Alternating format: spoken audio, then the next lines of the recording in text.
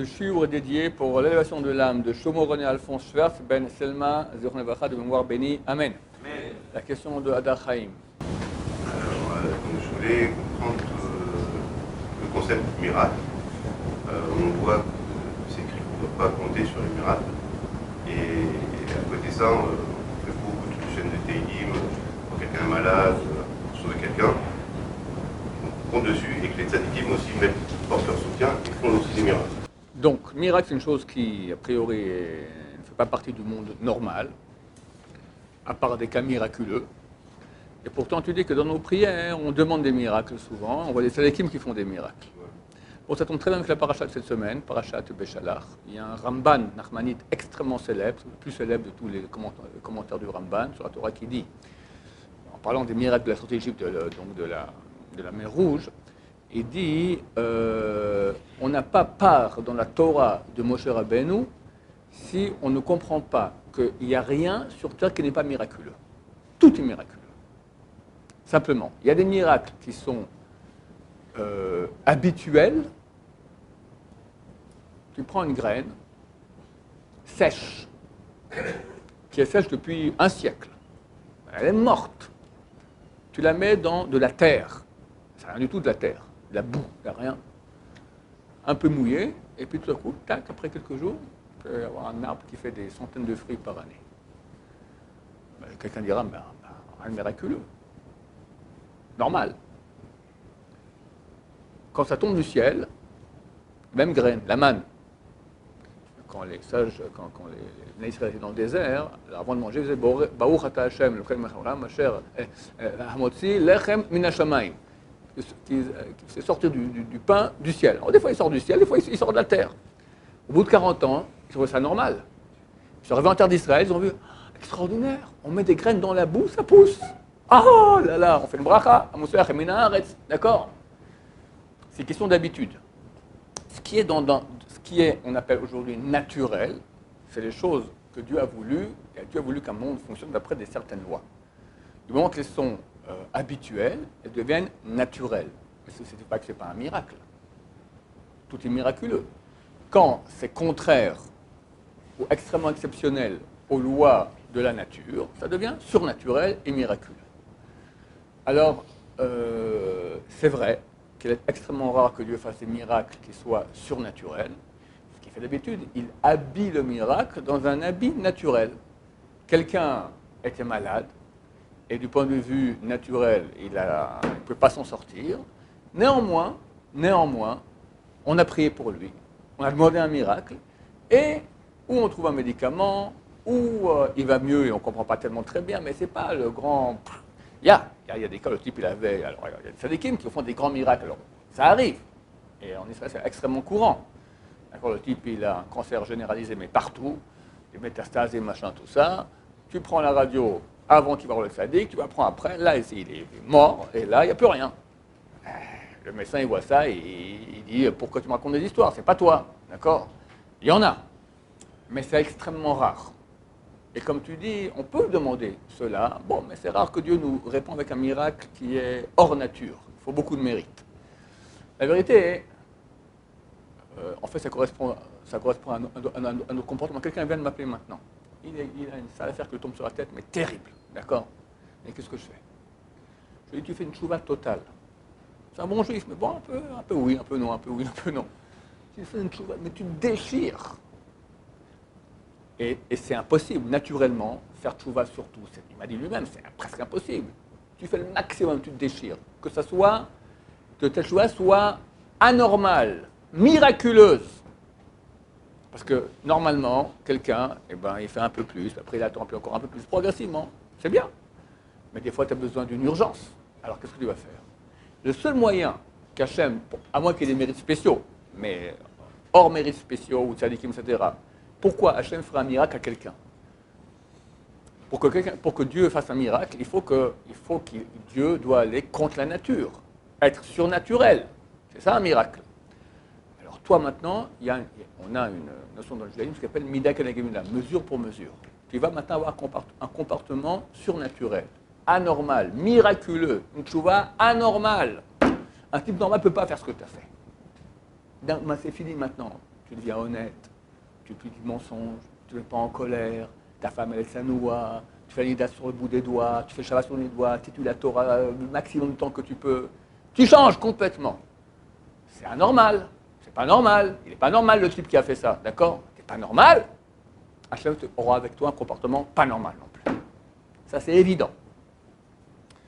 Mais pour le commun des mortels, alors quand Dieu décide de lui envoyer la réfoua ou de répondre, alors il va habiller cela par où il a gagné la loterie, où il a une bonne affaire, etc. D'accord? Ce sont tous des miracles habillés. Parce que le Ramban, il n'y a pas de nature. Tout est miracle.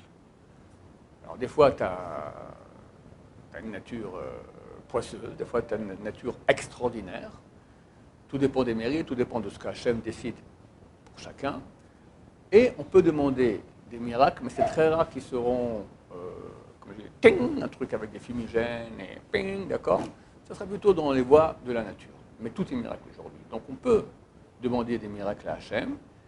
D'habitude, il nous répondra par des miracles habillés. Et ici en Israël, il y a beaucoup, on voit très souvent, Baruch Hachem, des miracles même surnaturels, le mérite de la terre d'Israël, les tzadikim, etc. Et les gens qui font une tchouva anormale. Alors est-ce que aussi, parce que tu vois, une personne, on va dire lambda, qui n'est pas spécialement, qui va arriver en mérite, qui va tzadik ou chouva, est-ce qu'elle pourrait, mettons, elle veut un miracle de réfoua, et elle organise, elle dit, voilà, moi je veux dire à toute ma famille, tous les jours de dire Tehillim, donc est-ce que le nombre peut faire en Bien sorte sûr, que ça... ouais, bien sûr, il faut. Quelqu'un, tu vois, j'avais un rab, le rab de Saint-Bachar Zatzal, d'accord? Des fois, les gens très très malades, ils étaient guéris, mais sur place. Et des fois, ils pouvaient faire 500 brachot, ça ne servait à rien. Parce que, ou ils ne les faisaient pas, ils disaient, je ne peux rien faire. Nous, on ne voit pas, mais dans le ciel, on voit combien il faut de mérite pour annuler le décret. Mais on ne sait pas où est la barre. Donc plus de gens vont prier pour cette personne, plus de mérites vont être faits, plus de tchouva, plus d'études de Torah, plus il y en aura. Le Rabbi Snouba Shaoul, il a eu un AVC. Et il raconte, c'est pas une histoire, d'accord, c'est un des grands de Torah. Il voyait comment les anges le prenaient pour le monter au Olam Haba. Vous voyez comment les prières d'Israël faisaient pour qu'on redescende. Et ça montait et ça descendait. Et ça montait et ça descendait. Et à la fin, ils l'ont redescendu. Le Rav, son ami, le Rosh Hashiva de la Yeshiva où il était à Pointe, le Rav Sadka, a dit on a fait des prières pour toi beaucoup plus grandes que pendant la guerre des 6 jours. Et il est revenu. Mais il devait partir. Donc les prières de tout le monde, c'est clair que c'est un effet extraordinaire. Extraordinaire. Oui. C'est vrai qu'il y a plus de tout c'est surnaturel. Pardon? C'est que tout est surnaturel. Oui. Oui. Elohim, c'est quoi? C'est Dieu habillé dans la nature. Exactement ça. Ce qu'on appelle la nature, c'est du surnaturel habillé en naturel. Mais il n'y a rien qui est naturel. Un atome, c'est naturel. Tu as un noyau, des protons et des neutrons, et puis des électrons qui tournent. Quoi? D'où ça vient ce truc-là? Qu'est-ce qu'il y a de naturel là-dedans? C'est naturel ça? Rien naturel. Pardon? Le Big Bang, c'est pas naturel du tout. Le Big Bang est rien de moins naturel. Il n'y avait rien tout qu'il y a. C'est pas tout à fait rien de moins naturel que le Big Bang. Il n'y avait rien tout qu'il y a. C'est le plus grand miracle de l'histoire, c'est vraiment le Big Bang. Comment, après un Big Bang, on arrive à ça aujourd'hui? Il y avait un grand astrophysicien, il y a encore, ça fait 30 ans que j'avais ses écrits, un très grand astrophysicien vietnamien qui s'appelait Trinh Xuyen Chang, je crois. Trinh Xuyen Chang. D'accord? Il écrit des trucs extraordinaires. Il écrit que lorsque le Big Bang, il y a une soupe de particules élémentaires. Il n'y a pas encore d'atomes. Il n'y a même pas encore de neutrons. C'est avant, c'est bien avant. Des particules élémentaires, comme ça, une soupe.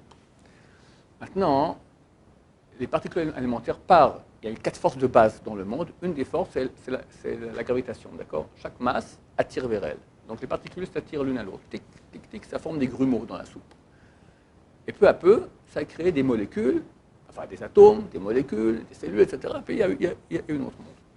Il dit qu'il fallait un équilibre. Il ne faut pas que les particules soient trop éloignées, sinon on resterait à l'état de soupe de particules élémentaires, pour toujours.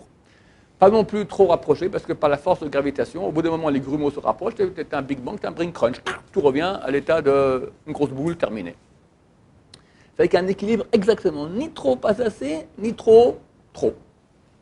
Quel est cet équilibre? Il dit équivalent à celui qu'il faudrait à un archer qui se trouverait, quelqu'un fait du tir à l'arc, il doit toucher maintenant, il doit viser et mettre dans la cible une cible qui fait 1 cm de côté. 1 cm carré de côté. Donc lui, il tire à l'arc. Combien de chances il a de mettre dans la cible? Tout dépend d'où il tire. Si c'est 1 mètre, s'il n'est pas bigleux, il rentre dedans, d'accord. À 10 mètres, il faut y aller.